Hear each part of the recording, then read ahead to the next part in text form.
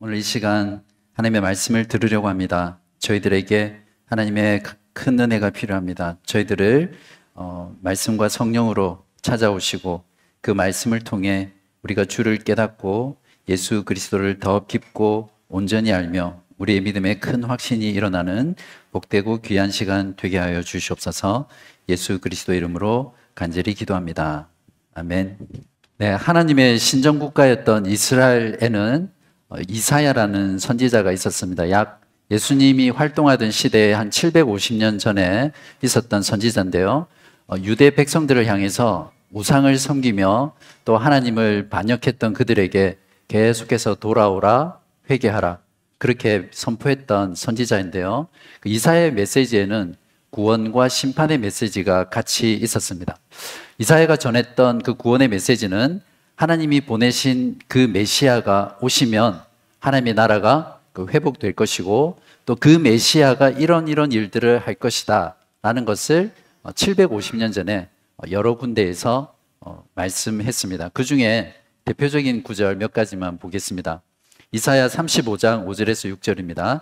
그때에 맹인의 눈이 밝을 것이며 못 듣는 사람의 귀가 열릴 것이며 그때에 저는 자는 사슴같이 뛸 것이며 말 못하는 자의 혀는 노래하리니 이는 광야에서 물이 솟겠고 사막에서 시내가 흐를 것임이라.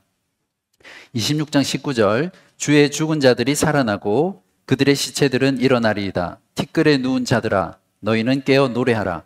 주의 이슬은 빛난 이슬이니 땅이 죽은 자들을 내놓으리로다. 즉 이 메시아가 오면 죽은 자들이 살아난다. 그런 말씀이죠. 이사야 61장 1절에는 주 여호와의 영이 내게 내리셨으니 이는 여호와께서 내게 기름을 부으사 가난한 자에게 아름다운 소식을 전하게 하려 하심이라. 나를 보내사 마음이 상한 자를 고치며 포로된 자에게 자유를 갇힌 자에게 노임을 선포하며. 나중에 훗날 어떤 한 사람이 나타나서 이 이사야 선지자가 예언했던 이런 일들을 한다면 이제 그때 그 사람들은 이 사람이 메시아구나, 하나님의 나라가 회복되고 있구나, 이런 것들을 깨달을 수 있겠죠. 누가복음의 저자인 누가는 이제 지난주에 예수님의 평지 설교를 다 기록한 뒤에 오늘 본문에는 두 가지 기적 사건을 적고 있습니다. 이 두 가지 기적 사건의 내용을 보시면 이사야가 예언했던 그것이 그대로 성취되고 있다는 걸 알 수 있는데요. 첫 번째는 1절에서 10절에 병들어서 거의 죽어가기 직전인 한 백부장의 종을 예수님께서 말씀만으로 치유하시는 기적 사건이 나오고요.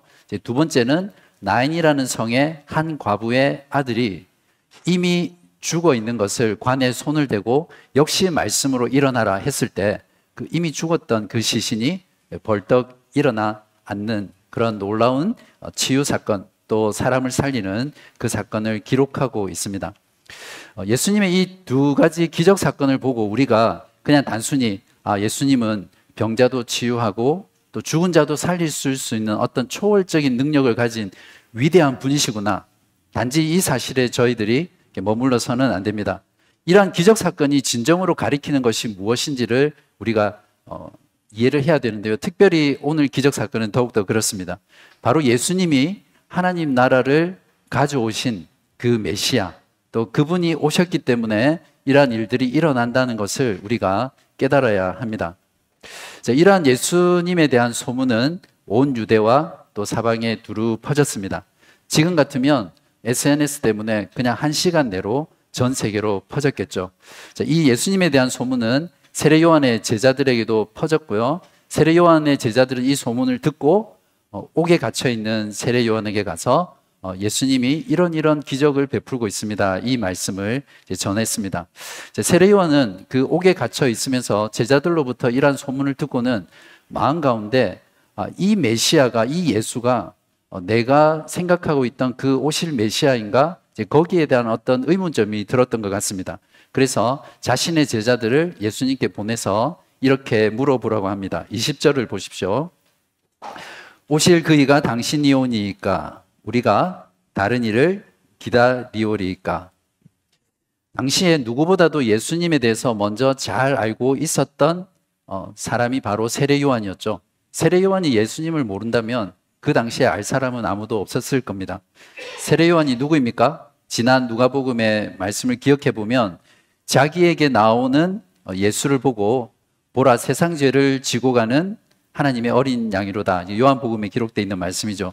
그리고 자기에게 세례를 받으신 그 예수님이 자신이 보는 앞에서 하늘에서 비둘기같이 성령이 내리셔서 머무는 것을 볼 정도로 분명하게 그 예수님은 메시아라는 것들을 알고 있었던 사람이 바로 세례 요한이거든요. 그런데 왜 세례 요한은 마치 예수님의 정체성에 대해서 의심을 하거나 회의가 든 사람처럼 제자들을 보내서 예수님께 물어보았을까요? 여기에는 두 가지 이유를 말할 수 있는데요. 첫 번째는 세례 요한이 전했던 그 메시아, 또 그가 믿고 알고 있었던 그 메시아하고 실제로 예수님의 모습하고는 좀 딱 떨어지지 않는 거예요. 정확하게 떨어진다면 아, 이분이 메시아구나 그렇게 생각했을 건데 좀 달랐던 겁니다. 누가복음 3장 16절에서 17절에 보면 세례 요한이 예수님에 대해서 이렇게 말씀을 전했거든요. 예수께서는 성령과 불로 세례를 베푸실 것이요 손에 키를 들고 자기의 타작마당을 정하게 하사 알곡은 모아 곡간에 들이고 죽정이는 꺼지지 않는 불에 태우시리라. 이 메시지가 예수님은 심판하시는 분이라는 메시지잖아요. 근데 예수님이 실제로 사역하시는 내용들을 보면 심판의 메시지나 또 심판한다는 그런 내용들은 별로 없었거든요. 그러니까 이 세례 요한이 긴가민가 했던 거죠. 분명히 이분이 예수인 것 같은데, 오실 그이인 것 같은데 이런 부분을 보면 좀 다르기 때문에 확신할 수 없었던 겁니다. 또 하나의 다른 중요한 이유는 세례 요한이 이 당시에 마태복음 11장을 보면 나오는데 감옥에 갇혀 있었습니다. 분봉왕 헤롯의 잘못을 지적함으로 말미암아 이제 옥에 갇히게 되었죠.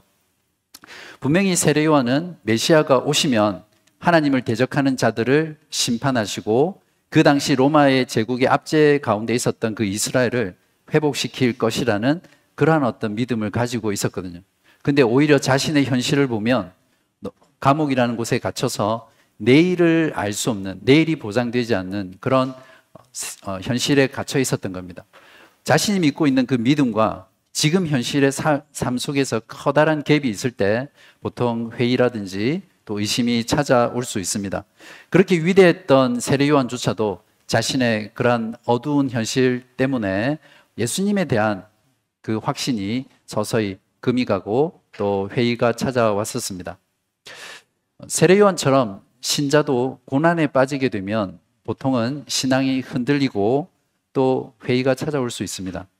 특히 예수님 때문에 고난을 당하면 이러한 믿음이 하나님에 대한 확신이 더 흔들릴 수 있습니다. 정말 내가 이렇게까지 신앙생활을 해야 되나?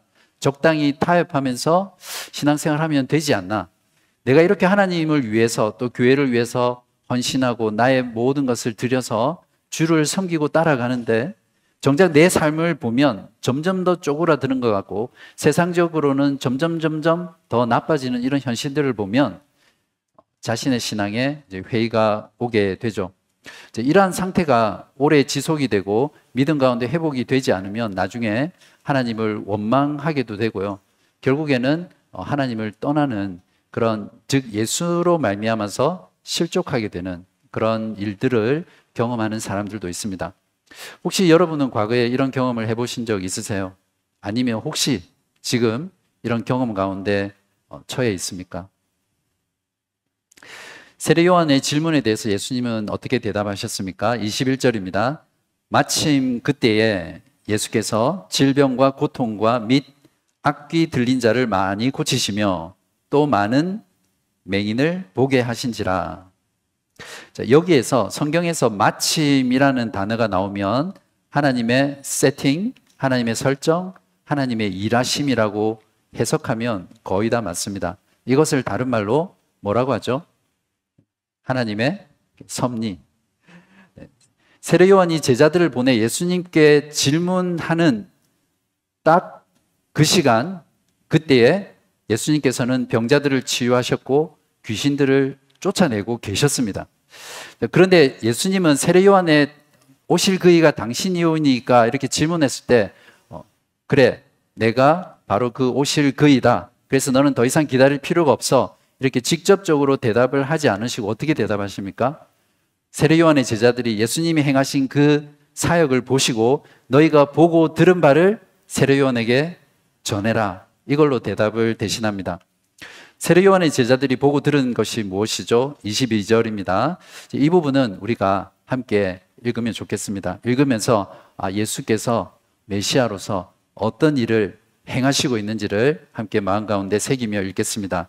시작. 예수께서 대답하여 이르시되 너희가 가서 보고 들은 것을 요한에게 알리되 맹인이 보며 못 걷는 사람이 걸으며 나병 환자가 깨끗함을 받으며 귀 먹은 사람이 들으며 죽은 자가 살아나며 가난한 자에게 복음이 전파된다. 어떠세요? 이 내용이 제가 초반에 이사야 선지자가 예언했던 메시아가 오시면 여호와의 기름 부음 받은 자가 그리스도란 말이죠. 그리스도가 오시면 이런 일이 일어날 것인데 지금 예수님이 행하시는 사역이 정확하게 그 예언을 성취하고 있는 장면들을 보게 됩니다. 자, 이것들을 세례 요한의 제자들이 세례 요한에게 전했을 때 세례 요한은 그가 가지고 있었던 모든 의심, 모든 회의가 그 즉시 종지부를 찍었을 것입니다. 내가 세례를 베풀었던 그 예수님이 바로 오실 그이구나. 나는 이제 더 이상 다른 사람을 기다릴 필요가 없어. 이렇게 마음 가운데 깊은 확신을 가졌을 겁니다. 구약 성경에서 예언된 메시아의 사역을 예수님께서 그대로 행하셨다는 것은 바로 오실 그이가 예수님이라는 것을 증거해 줍니다. 여러분도 이 성경을 읽으면서 예수님이 이런 사역을 하셨다는 것을 읽을 때 구약 성경에 예언한 그 메시아가 바로 이 예수님이구나 라는 것을 마음 가운데 가지고 믿음의 확신을 가지셔야 할 겁니다. 또한 예수님께서 행하신 이 사역의 내용을 보면 하나님의 나라가 이루어져 갔을 때 어떤 모습일지, 어떤 것들이 이루어질지를 가시적으로 표현해 주고 있는 내용입니다. 어떤 내용들이었습니까? 모든 질병이 치료되고 귀신이 떠나가고 죽은 자들이 살아나는 역사가 일어납니다. 가난한 자에게 복음이 선포되는 역사가 메시아이신 그분이 오셔서 하나님의 나라가 이루어지면 일어날 일들입니다. 자, 여기서 하나님 나라에는 세 가지 시제가 있다는 것을 우리가 잘 알아야 합니다. 제가 이 부분을 꼭 말씀을 드리고 싶은데 그렇지 않으면 잘못된 성경 해석을 하게 되고 잘못된 성경 해석에서 잘못된 신앙이 나오고 잘못된 삶으로 빠지게 되거든요. 자, 하나님 나라는 이미 도래했고 지금 이루어져 가고 있고 또 완성될 것입니다. 그래서 우리가 하나님 나라라고 할 때 항상 이 세 가지 시제가 있다는 것을 우리가 잘 알아야 합니다. 자, 예수님이 처음 오셨을 때를 뭐라고 하죠? 초림. 그분의 공생의 사역과 십자가의 죽으심과 부활로 인해서 완성된 하나님의 나라입니다. 그렇게 완성된 하나님의 나라는 복음 선포를 통해서 지금 이 땅 가운데 계속해서 하나님 나라가 진행되고 있죠. 이루어져가는 하나님의 나라입니다. 그러나 이 하나님의 나라는 최종 완성된 것이 아니죠. 최종 완성은 언제 됩니까? 예수님이 다시 오실 때, 그것을 재림이라고 하는데 그때 하나님의 나라가 영원토록 완성됩니다. 자, 오늘 본문에 나오는 이러한 예수님이 행하신 기적 사건을 하나님의 나라의 이러한 세 가지의 관점에서 이해하지 못하고 문자적으로 그대로 해석하게 되면 오늘날 여러분들이 보시는 잘못된 신앙의 행태들이 나오게 되고 잘못된 삶을 살아가게 됩니다. 그래서 결국 어떤 경우에는 그 가정을 깨뜨리고 그 사람의 삶 전체를 그냥 무너뜨려 버리는 그런 일들이 일어날 수 있죠. 이러한 내용들을 읽으면서 봐라, 예수 믿으면 질병이 치유되고 귀신이 떠나가고 죽은 자가 낫는다 이렇게 주장하는 거예요. 분명히 성경에 나와 있지 않느냐. 그러니까 예수 믿으면 이런 일들이 일어난다고 하면서 치유 사역하고 또 기적을 일으키려고 하고 신비로운 일들을 막 하려고 하는 그러한 모습들은 철저하게 잘못된 모습입니다. 자, 그러면서 예수 믿으면 범사에 잘 되고 건강하고 오래 살고 물질적인 축복을 받는다 이런 것들을 가르치고 또 그것을 믿고 그러한 신앙을 쫓아가는 그런 것들은 절대 기독교도 아니고 복음도 아닙니다. 이러한 것은 사실 기독교가 아니더라도 모든 종교에 다 있는 내용들이거든요. 자, 이게 정말 맞다면 예수 믿는 사람은 전부 다 병에 안 걸리고 또 죽지 않아야 합니다. 그리고 가난한 사람도 없고 모두가 이제 부자가 되어야 되죠. 기독교는 이 땅에서 병 안 걸리고 건강하게 오래 살고 부유하고 높은 자리에 올라가는 그런 삶하고는 전혀 상관없습니다. 예수 잘 믿으면 건강할 수도 있고 병들 수도 있습니다. 장수할 수도 있고 또 단명할 수도 있죠. 부유할 수도 있고 가난할 수도 있습니다. 높은 지위에 올라갈 수도 있고 아주 낮은 자리에 내려갈 수도 있는 것입니다. 이런 거는 안 믿는 사람에게도 하나님께서 일반 은혜 가운데 주시기도 하고 또 안 주시기도 하는 것이죠. 저희 교회는 한 분도 이런 분이 없기를 바라지만 이런 거짓된 기독교와 신앙에서 벗어나서 진정 참된 복음, 참된 기독교를 추구하면서 바른 신앙 가운데 살아가시기를 바랍니다. 예수님의 죽으심과 부활을 통해 이루어진 하나님의 나라는 그렇기 때문에 이걸 잘 기억하셔야 됩니다. 지금 이 땅에서 영적으로 이루어진 나라입니다. 예수 그리스도의 복음을 듣고 믿는 자들에게 영적으로 병든 자들이 치유되고 영적으로 귀신에게 포로되어 사로잡혀 있던 자들이 자유롭게 되고 영적으로 죽은 자들이 다시 살아나고 영적으로 가난한 자들에게 복음이 선포되는 것입니다. 그러나 지금 영적으로 누리는 이 하나님 나라를 예수님께서 다시 오실 그때는 실제적으로 사탄과 모든 악이 제거되고 어떠한 질병도 어떠한 죽음도 어떠한 가난도 없는 풍성하고 선하고 아름다운 그런 하나님의 나라가 완성될 것입니다. 이제 예수님은 자신이 오실 그이라는 메시아임을 밝힌 후에 복 있는 자에 대한 선언을 하십니다. 23절입니다. 누구든지 나로 말미암아 실족하지 아니하는 자는 복이 있도다 하시니라. 이 말씀은 1차적으로는 세례 요한의 제자들과 또 세례 요한에게 말하는 거죠. 그렇지만 누구든지라고 말했기 때문에 동시에 모든 자에게 예수님께서 하시는 복의 선언과 같습니다. 나를 택해 복 있는 자가 되든지 아니면 나를 거부하고 화 있는 자가 되든지 하라는 말이죠. 여기서 실족한다는 말은 말 그대로 걸려서 넘어지는 겁니다. 어떤 돌 같은 걸 보지 못하고 가다가 넘어지는 거죠. 그러니까 예수님 때문에 걸려서 넘어지지 않는 자가 복이 있다라는 말입니다. 반대로 생각해 보면 예수님에게 걸려서 넘어지는 자에게는 화가 있다 이렇게 이해할 수 있겠죠. 예수님 자신이 복과 화의 원인이 됩니다. 예수님을 믿고 받아들이는 자는 복 있는 자가 되지만 예수님의 가르침과 예수님을 거부하는 자는 실족해서 화 있는 자가 된다는 그런 말씀입니다. 자, 복음이 이것과 똑같습니다. 예수 그리스도 그분이 복음이시죠. 복음을 듣고 회개와 믿음으로 나오는 자에게는 복이 있고요. 또 복음을 듣고 복음을 거부하는 모든 자에게는 그 사람에게는 심판의 메시지가 되죠. 그래서 복음을 향기라고 합니다. 여기서 향기라는 것은 아주 냄새가 좋은 그런 향기라기보다는 그냥 냄새 이렇게 이해하시면 되는데요. 사도 바울이 고린도후서 2장 15절에서 16절에 이렇게 말했습니다. 우리는 구원받은 자들에게나 망하는 자들에게나 하나님 앞에서 그리스도의 향기니 이 사람에게는 사망으로부터 사망에 이르는 냄새요 저 사람에게는 생명으로부터 생명에 이르는 냄새라. 누가 이 일을 감당하리요. 예수님은 보배로운 돌이죠. 그냥 작은 보배로운 돌이 아니라 가치를 매길 수 없을 만큼 커다란 다이아몬드 보석 같은 분입니다. 이 커다란 보석이 보이는 자는 어떻게 하겠습니까? 여러분이 길을 가다가 커다란 다이아몬드 보석을 보았다고 할 때 그걸 그냥 발로 차겠습니까? 그걸 끌어안고 그것을 소중히 여기면서 그것을 통해서 누릴 수 있는 모든 가치, 모든 유익들을 다 누리겠죠. 그러나 이 보석이 보이지 않는 사람은 그걸 보지 못하고 걸려서 넘어져서 코가 깨어지고 머리가 깨어지고 결국 화를 당하게 될 것입니다. 여러분 눈에는 이 커다란 보석이 보이십니까? 네, 보이신다면 여러분은 예수로 말미암아 실족하지 않는 복 있는 자들입니다.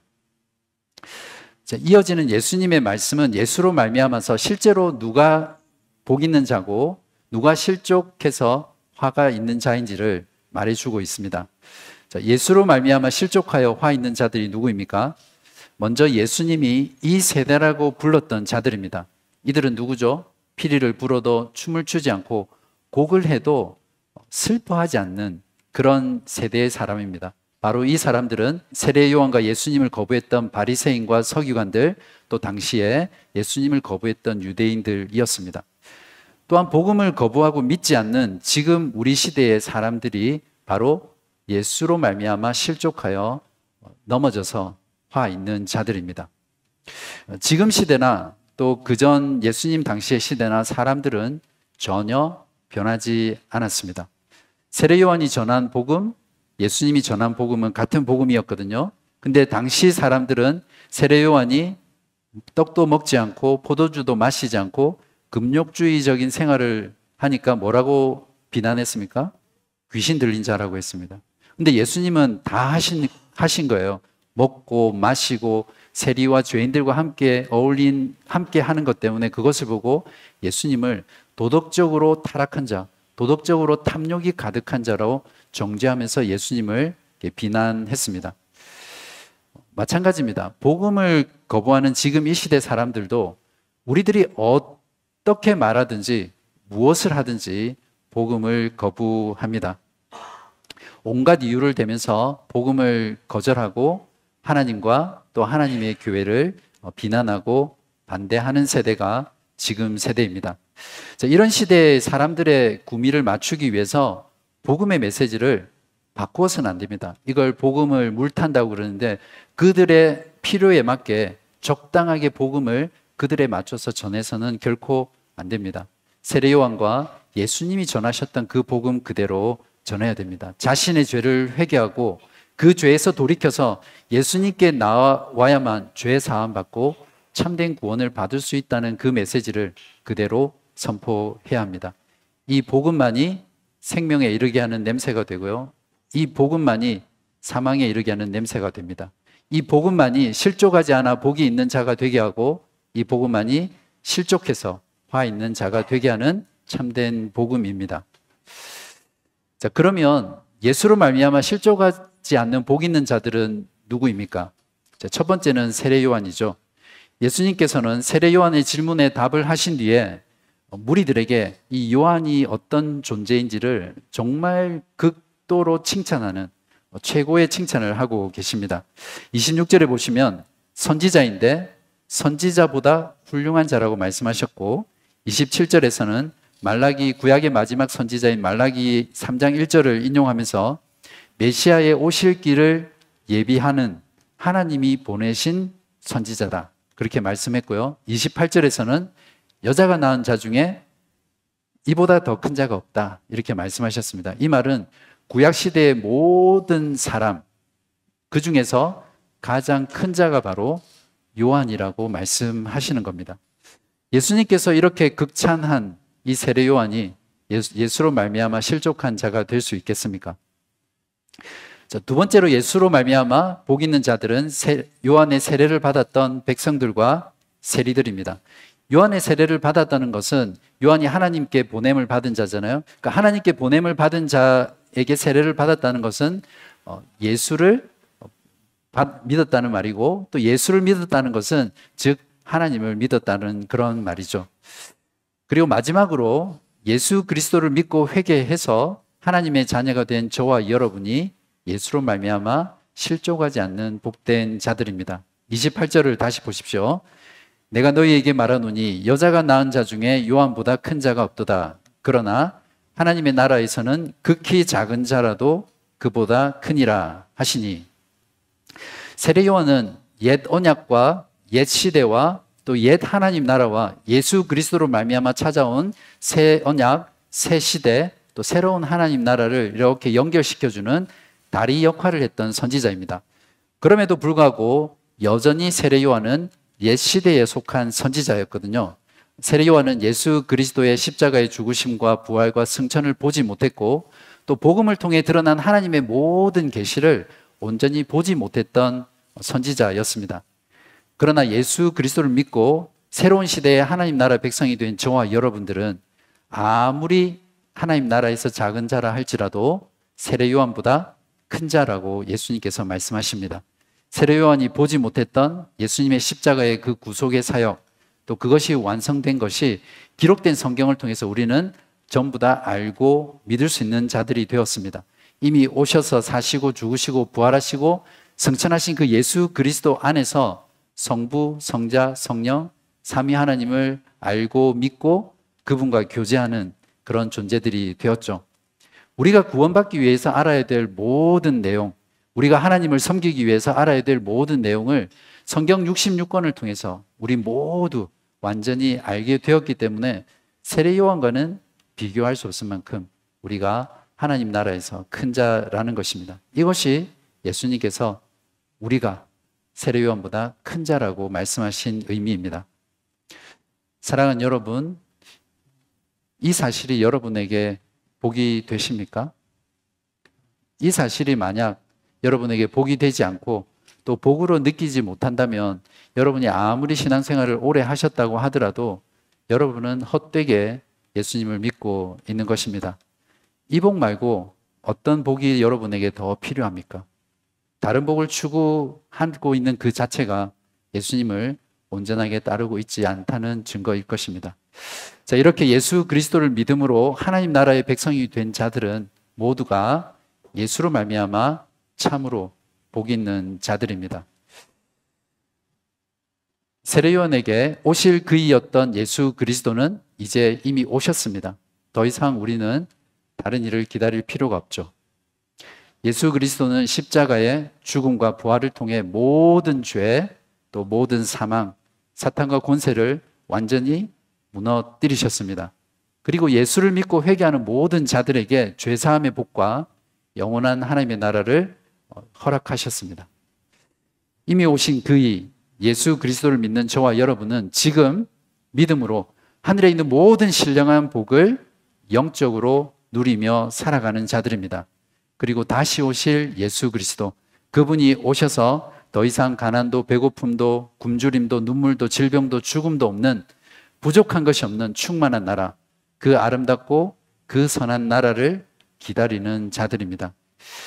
예수 그리스도를 통해 이루어진 하나님의 나라, 또 이루어질 그 하나님의 나라를 여러분의 마음 가운데 믿음으로 소유하시고 예수 그리스도로 말미암아 실족하지 않는 참으로 복된 자들이 되시는 여러분 되시기를 주님의 이름으로 기도합니다. 하나님 아버지 감사합니다. 오늘 말씀을 통해서 우리가 알고 믿는 예수 그리스도가 오실 그이이시며 또 오신 그이이심을 다시 한번 확인하고 마음 가운데 확신할 수 있게 해주셔서 감사합니다. 예수께서 오셔서 행하셨던 그 모든 일들을 지금 영적으로 우리의 믿음으로 누리며 살아갈 수 있도록 도와주시고, 주께서 다시 오시는 그날 주께서 이루실 그 아름답고 선하며 풍족한 그 나라를 소망하며 살아갈 수 있도록 도와주시고, 무엇보다 예수 그리스도를 만나 뵙고 영원토록 하나님과 교제하며 그 땅에서 살아갈 그날을 기대하며 살아갈 수 있도록 도와주시옵소서. 하나님 아버지, 혹 우리 가운데 삶의 고통과 또 어려움과 시련으로 인해서 세례 요한처럼 의심에 빠진 지체들이 있다면 주님 그 마음 붙잡아 주시고 함께하여 주시옵소서.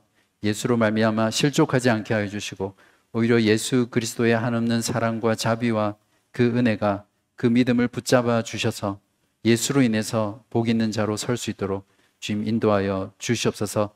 한번 구원하신 그 구원은 주께서 끝까지 인도하시며 영원한 구원에 이르기까지 책임지신다는 그 말씀에 의지하여서 주를 붙잡고 나아가는 우리 지체들 되게 하여 주시옵소서. 이 모든 말씀 우리 주 예수 그리스도의 이름으로 간절히 기도합니다. 아멘.